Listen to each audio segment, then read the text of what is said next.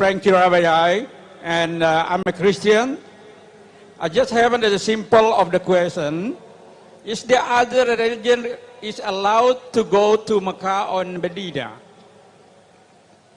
if they're not doing for Haji? Thank you very much.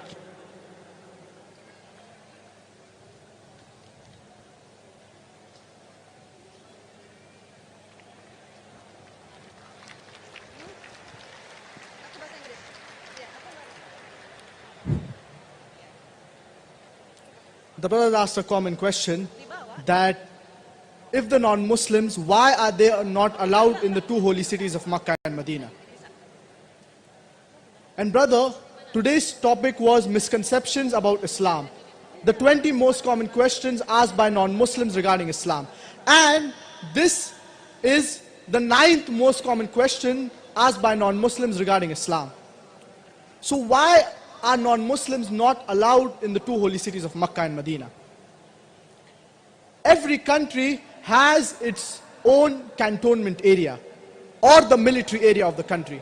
For example, if you are a citizen of Indonesia, so you are not allowed in the military bounded areas in Indonesia. You cannot fight and say, why am I not allowed? Because this area is the cantonment area of Indonesia. Similarly, the cantonment area of Islam are the two holy cities of Makkah and Medina. Only those people who believe in one God alone and who believe in Prophet Muhammad, peace be upon him, are allowed in the cantonment area. For example, before you want to enter a country, you require a visa. And one of the most difficult countries in the world to get visa is USA. So before you want to enter any country, you need to apply for the visa. And you need to fulfill the conditions. And when I happened to go to Singapore, on the immigration form, it is mentioned death to drug traffickers. So, you cannot say death penalty, such a barbaric law. If you want to enter Singapore, you have to abide by the rule of the country. Similarly, the cantonment area of Islam are the two holy cities of Makkah and Medina. Only those people who are ready to believe in Prophet Muhammad, peace be upon him, are allowed in this cantonment area.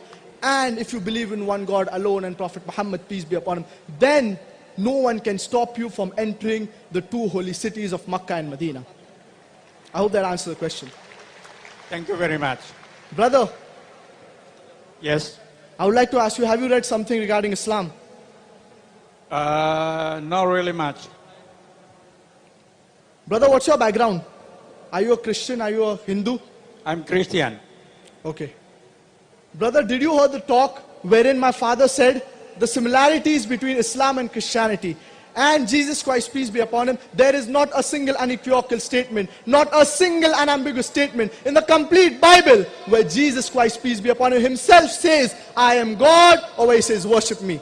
In fact, Jesus Christ, peace be upon him, said, it is mentioned in the Gospel of John, chapter number 14, verse number 28, my Father is greater than I. Gospel of John, chapter number 10, verse number 29, my Father is greater than all. Gospel of Matthew, chapter number 12, verse number 28, I cast out devil with the Spirit of God. Gospel of Luke, chapter number 11, verse number 20, I with the finger of God cast out devil. Gospel of John, chapter number 5, verse number 30, I can of my own self do nothing. As I hear, I judge, and my judgment is just. I will, but the brother, he's a Muslim. Jesus Christ, peace be upon him, was a Muslim. Brother, I would like to ask you, do you believe Jesus Christ, peace be upon him, he's God or he's a messenger of God? I believe Jesus Christ is a messenger and God. MashaAllah. Brother, I would like to ask you, do you believe in one God? Yes. MashaAllah. So you believe in one God, you believe Jesus Christ, peace be upon him, he is the messenger of God. I would like to ask you, do you believe Prophet Muhammad, peace be upon him, he is the last and final messenger of God? Do you believe that? I don't know because I never learned about it.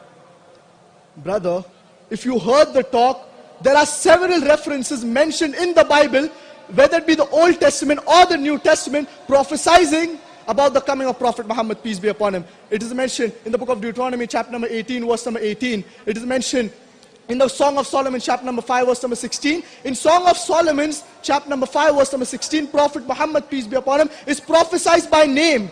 It is also mentioned in the book of Isaiah, chapter number 29, verse number 12. In the New Testament, Prophet Muhammad, peace be upon him, is prophesied. It is mentioned in the Gospel of John, chapter number 16, verse number 12 to 14.